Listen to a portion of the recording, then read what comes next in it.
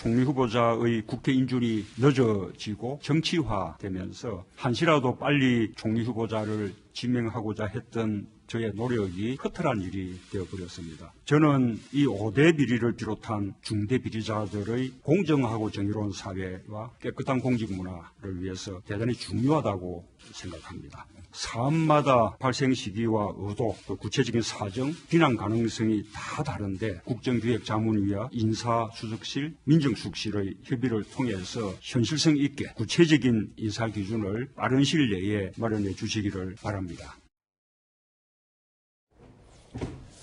자, 지난 25일 임종석 비서실장이 직접 인사에 대해서 유감을 표명을 했습니다. 근데 그 이후에 야당이 대통령의 직접 입장을 듣고 싶다, 밝혀야 한다라고 주장을 해왔는데 결국 대통령이 직접 나섰습니다. 그렇죠? 네, 오늘 수석 보좌관 회의에서 그 유감 표명을 사실상 한 셈인데요. 네. 그러니까 오늘부터 지금 6월 이 국회가 임시국회가 좀 열렸습니다.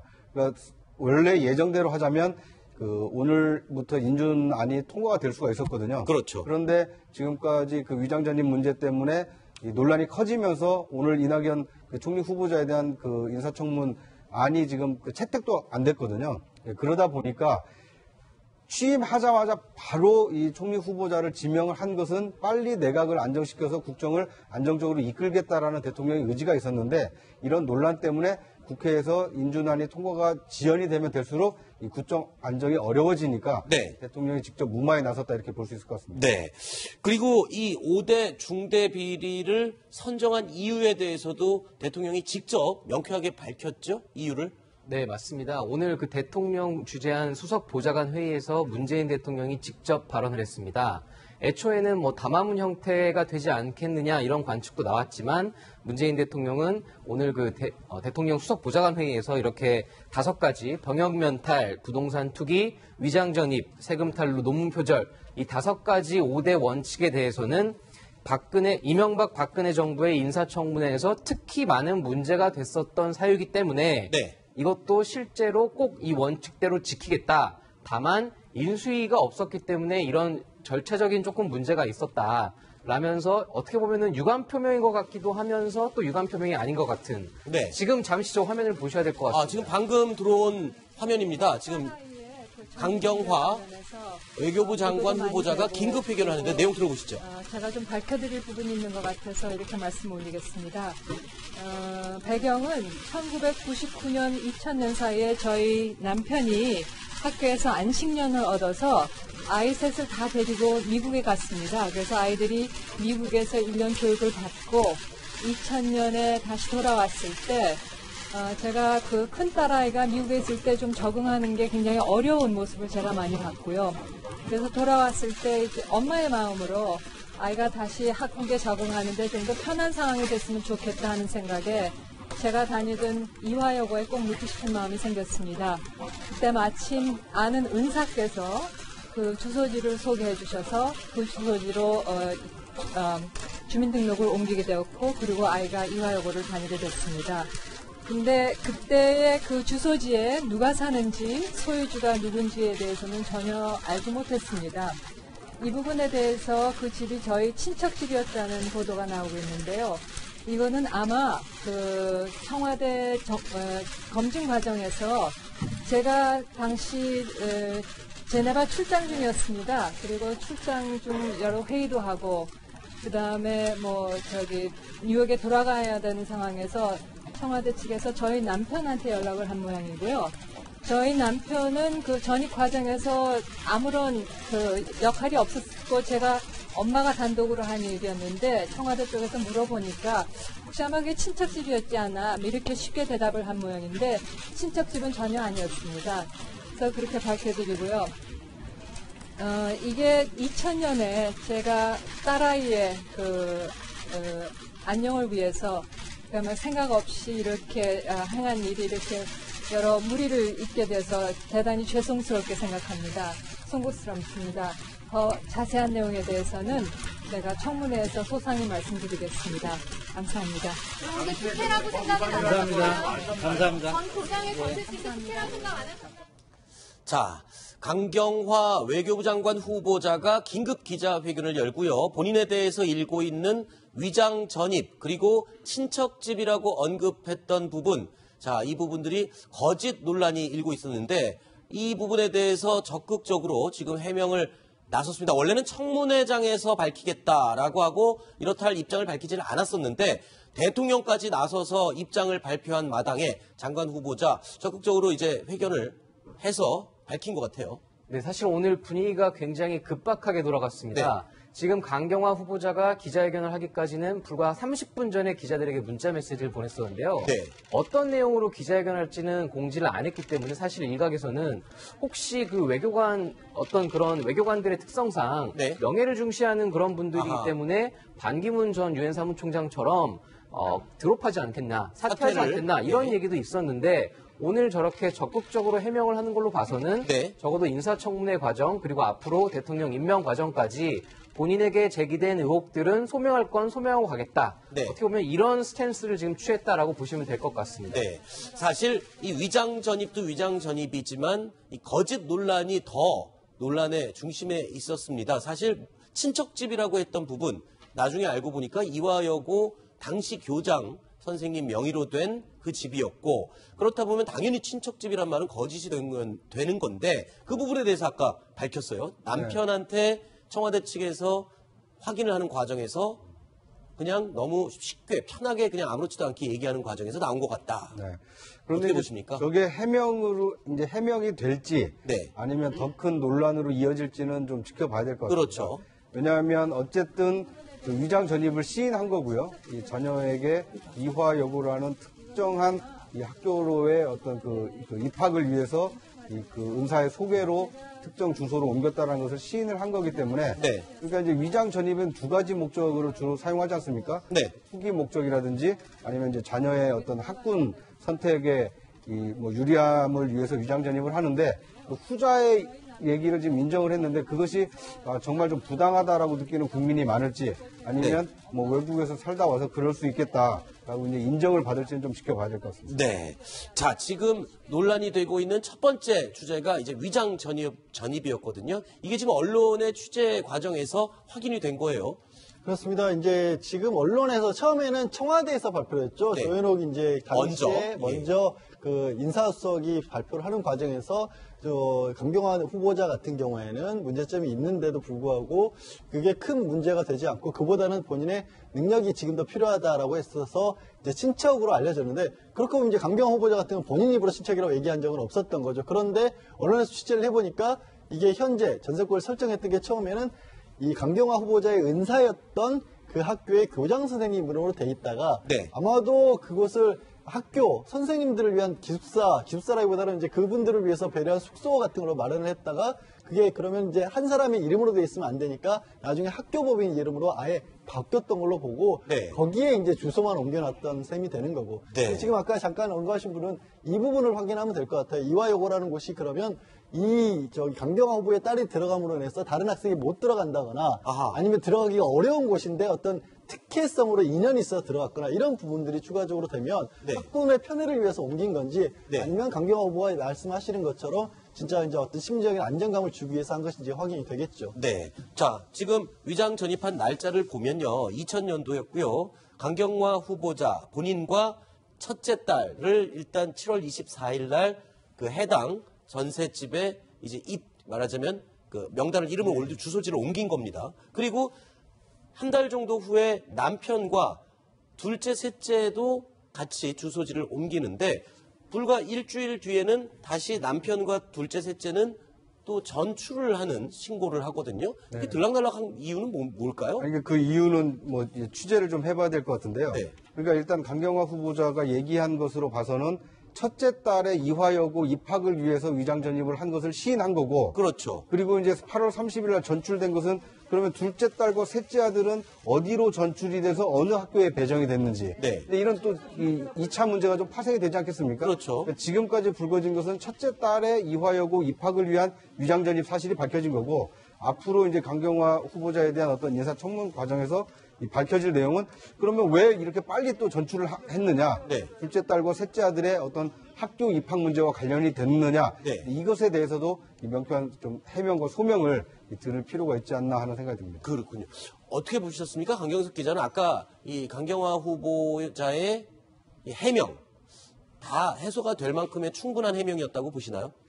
저도 사실 그 두 가지 측면에서 조금 의문이 가는 게 있었는데, 하나는 왜 하필 이화여고의 전 교장 선생님의 집에 전세를 살았냐였습니다. 네. 근데 이 부분은 저희가 조금 취재를 해본 결과, 네. 당시 이제 이름을 올리셨던 교장 선생님이 연세가 80대 후반이십니다. 네. 그러면서 본인이 사실 강경화 후보자와는 개인적인 인연은 없었다. 네. 이렇게 해명을 했는데, 그래서 그 부분이 조금 더 소명이 돼야 될 것 같고, 왜 네. 하필 그 집에 전세권을 설정을 해서 위장전입 논란을 불러일으켰는지 네. 그 점을 한번 조금 짚어 넘어가야 될 것 같고, 네. 그리고 방금 아까 얘기한 자기 딸의 문제 때문에 위장전입을 했다, 이건 시인을 했기 때문에 네. 어떻게 보면은 위장전입의 목적이 두 가지 아니겠습니까? 부동산 투기나 강남 학군 내지는 소위 좋은 학교로 가기 위한 그렇죠. 발판, 이런 편법, 이거에 대한 또 비판 여론이 많기 때문에 아마 여론의 추이를 조금 지켜봐야 되지 않을까, 이런 생각이 좀 듭니다. 네. 그러니까 오늘 급하게 저렇게 긴급 기자회견을 한 것은요, 교장 선생님 집이었다라는 보도가 나오다 보니까, 아니 그러면 그런 편의를 학교 측하고 짜고 봐준 거 아니냐. 그렇죠. 이런 굉장히 큰 의혹의 눈길이 좀 생겼거든요. 네. 그러다 보니까 이제 그 의혹이 아니다라는 것을 해명하기 위해서 이제 긴급 기자회견을 한 것 같고요. 네. 그런데 이제 이것이 여기에서 해명으로 이 의혹이 멈춰질지, 네. 아니면 또 다른 의혹으로 번질지는 좀 지켜봐야 될 것 같습니다. 네. 자, 이 본격적인 인사 검증이 시작되면서 곳곳에서 후보자들에 대한 논란들이 쏟아져 나오고 있습니다. 김희수 헌재소장 후보자에 대한 내용도 있는데요. 과거에 헌법재판소 재판관으로 임명되기 전에 청문회에서 이 주고받은 대화 내용이 있습니다. 어떤 논란이었는지 들어보시죠. 5.16은 군대타입니까? 혁명입니까? 5.16에 관해서는 헌법 전문에 나와 있어요. 이것이 5.16 군사 구태타입니다. 후보자이기 때문에 말이 곤란합니까?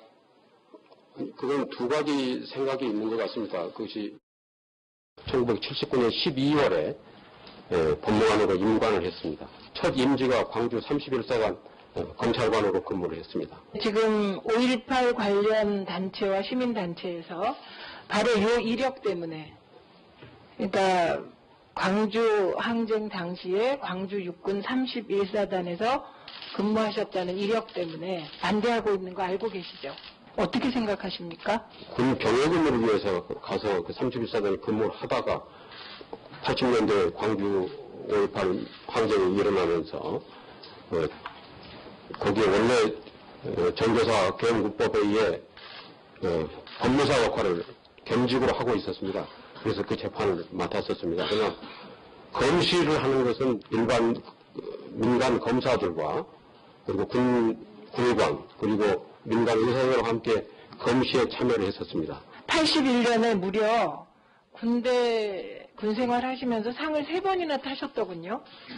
이렇게 상 탈 정도로 열심히 군부 정권에 협력할 필요가 있었을까요? 그 상이라는 게 그때 모든 군인들한테 주는 국난 기복 기장을 다 주었습니다. 그 군대 근무하는 사람들한테. 제가 그 외의 다른 상은 받은 기억이 없습니다. 자, 야당 청문위원들이 이 군 감찰관 당시 김희수 이 헌법재판소장 후보자가 군 감찰관 했었던 시기를 굉장히 문제 삼고 있거든요. 그때가 5.18 민주항쟁 그때인데 이유가 뭡니까? 그때 당시에 이렇게 집중하는 이유가. 네. 그러니까 이제 그 김희수 헌재 재판관의 경우에는 국회 추천 몫으로 이게 헌재 재판관이 됐는데, 네. 근데 이제 국회 내에서도 어떻게 보면 이제 야당의 어떤 추천을 받았다라고 할 정도로 네. 야당과 가까운 분이었거든요. 네. 그럼에도 불구하고 5.18 당시에 31사 법무관으로 근무를 하면서 이 5.18에 연루됐던 사람들에 대한 어떤 이제 재판을 직접 지휘를 하기도 했었거든요. 네. 그러다 보니까 이제 당시에는 군에 있었기 때문에 이 시민들에게는 굉장히 엄격한 재판 결과를 하지 않았겠습니까? 네. 그래서 이제 당시에도 5.18 단체들에서 이렇게 반대를 했었고, 그 반대하는 얘기를 이 당시 야당 의원이었던 이 의원들이 이렇게 질의를 한 것으로 기억이 납니다. 네. 그 부분은 제가 조금 보실 설명드릴게요. 저는 이거 보면서 문재인 대통령이 후보 시절에 전두환 전 대통령이 사단장으로 했을 때 훈장 받았던 그거하고 비슷한 논란이라고 생각을 하고요. 지금도 그렇지만 그때도 저 김인수 후보자 같은 경우 군 법무관이죠. 그러니까 사법시험을 봐서 연수원에 있다가 군 대신에 군사에 복무를 한 대신에 법무관으로서 이제 대신 일을 한 거고 거기에 실권이 없습니다. 지금도 군판사들은 군판사가 있고 군대 내에 그러니까 법조인이 아닌 군 지휘관이 사실상 판사를 하고 그 밑에서 보조 역할을 하는 역할입니다. 군법무관. 그렇기 때문에 저거가 수상 이력이 있었다거나 재판을 했다거나 하는 것은 김인수 당시 법무관이 주도적으로 할 수 있는 위치가 아닙니다. 네, 알겠습니다. 자, 어쨌든 지금 인사청문회가 진행이 되고 있는 가운데 제일 먼저 지금 해결돼야 될 부분이요. 청와대 입장에서 보면 총리 인준안이거든요. 자, 어떻게 진행되고 있습니까? 이낙연 총리 후보자에 대해서. 네, 오늘 그래서 국회의장이 주재했던 사당 원내대표 회동에 전병헌 대통령 정무수석과 수석비서관까지 배석을 해서 함께 논의를 했습니다. 그런데 오늘 논의한 결과 자유한국당, 제1야당이죠. 자유한국당은 받아들이기 어렵겠다라는 뜻으로 의견을 모았고 반면에 국민의당은 의총 결과 대승적으로 협력하겠다. 이렇게 의견을 모았습니다. 국민의당 입장에서는 협력을 하겠다. 네, 어떻게 보면은 뭐 전제 조건을 따로 달지는 않았는데 오늘 대통령 수석보좌관 회의에서 문재인 대통령이 발언한 게 사실 어떻게 보면 일정 부분 해소가 됐다. 이렇게 받아들인 겁니다. 그래서 지금 6월 임시국회에서 이번 주 수요일에 또 다시 한번 본회의가 예정돼 있는데 만약에 그날 오전에 국회 인사청문 특위에서 이낙연 국무총리 후보자의 인사청문 보고서가 채택이 되거나 어쨌든 본회의에 상정이 되면 인준 표결 절차까지는 갈 수 있지 않을까 이렇게 지금 예측들을 하고 있습니다. 다만 변수가 지금 아까 보셨듯이 강경화 장관 후보자나 김상조 공정거래위원장 등 다른 어떤 국무위원들 내지는 내각 인사들에 대한 검증 보도가 쏟아지기 시작하면 여기서 조금 더 수습을 하기 힘든 상황이 될 수도 있습니다. 그래서 오늘, 내일 그리고 내일 모레까지 남은 3일 동안 과연 이 문재인 정부 1기 내각 인사들에 대한 인사검증이 어디까지 이루어질 것인가. 이걸 한번 지켜봐야지 이낙연 총리 후보자에 대한 인준 표결도 점쳐볼 수 있을 것 같습니다. 그렇군요. 자, 이런 가운데 또 한 명의 인사청문회 대상자가 있죠. 서훈 국정원장 후보자의 인사청문회가 있었습니다. 자, 이 국정원장의 대북과는 굉장히 중요하죠. 서훈 후보자는 북한에 대해서 어떤 생각을 갖고 있을까요? 직접 들어보시죠. 작년 6월에 한 개간지에서 북한의 체제를 안전하게 보장해줘야 된다. 이런 말씀을 하신 거에 저는 놀라움을 금치 못합니다. 제가 김정은 정권의 체제를 보장해야 된다는 얘기는 이런 거죠. 그 핵무기가 자기의 체제를 보장하고 정권의 생명을 보존하는 수단이라고 주장하고 왜 그들이 그걸 개발하는가 논리를 세우고 있습니다. 김정일 위원장이 쓰러졌을 때는 사실상 김정일 입장에서는 시간에 쫓기는 상황이었다는 거죠. 본격적인 협상을 했다면 많은 양보를 얻을 수 있지 않을까. 그러면 예를 들어 정권 안전 보장을 위해서 김정은이가 지금 제가 말씀드린 몇 가지를 요구한다면 받아들일 여유가 있느냐를. 그건 저희가 받아들이기 어렵죠. 이 국정원 국내 정보 수집 업무를 전면 폐지하겠다. 문재인 정부는 추진하고 있는데 우리 후보자는 좀 입장이 다르신 것 같습니다. 아니요, 전혀 다르지 않습니다.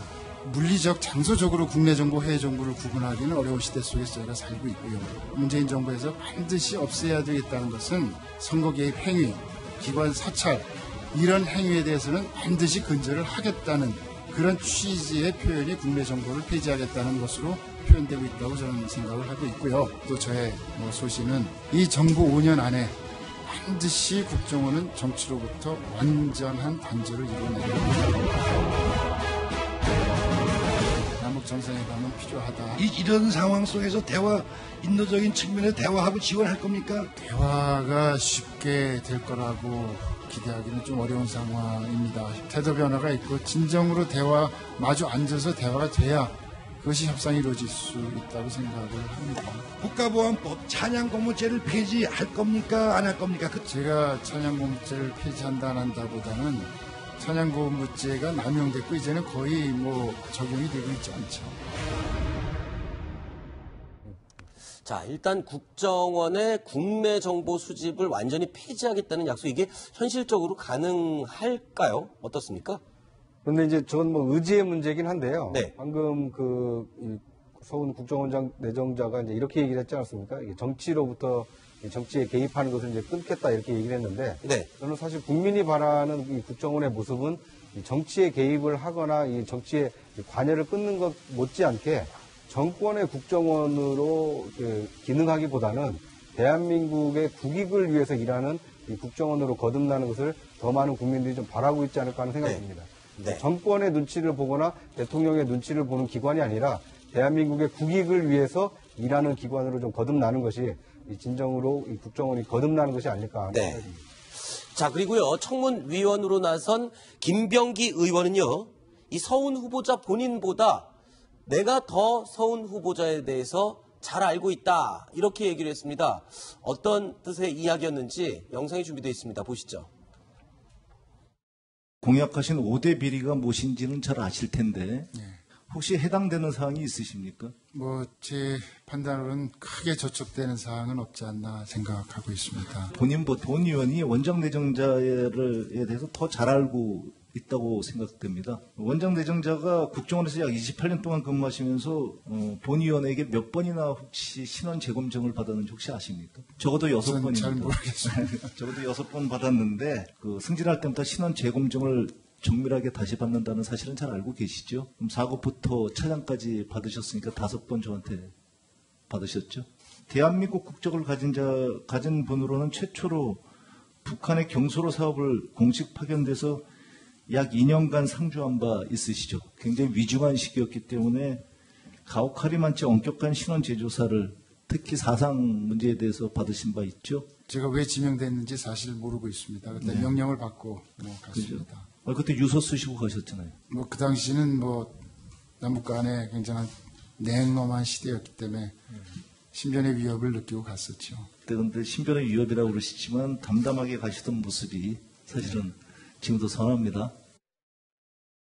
굉장히 서로를 되게 칭찬해주는 훈훈한 분위기였는데, 글쎄요, 북한의 경수로 사업 당시에 유서를 쓰고 갔다, 그 정도로 위험한 상황이었을까요? 그 당시가? 그때가 이제 1994년에 미국과 북한이 제네바 기본 합의에 따라서 이제 너네들 핵 만들지 마, 우리가 경수로를 지어주겠다, 이렇게 그렇죠. 합의를 한 거였고요. 근데 사실 그때가 이제 아마 북폭, 이른바 클린턴 정부에서 북한을 때리겠다고, 그리고 나서 그때 김영삼 대통령께서 그거를 저지하고 그러기 때문에 상당히 긴장감은 엄청나게 조성이 돼 있었던 때였죠.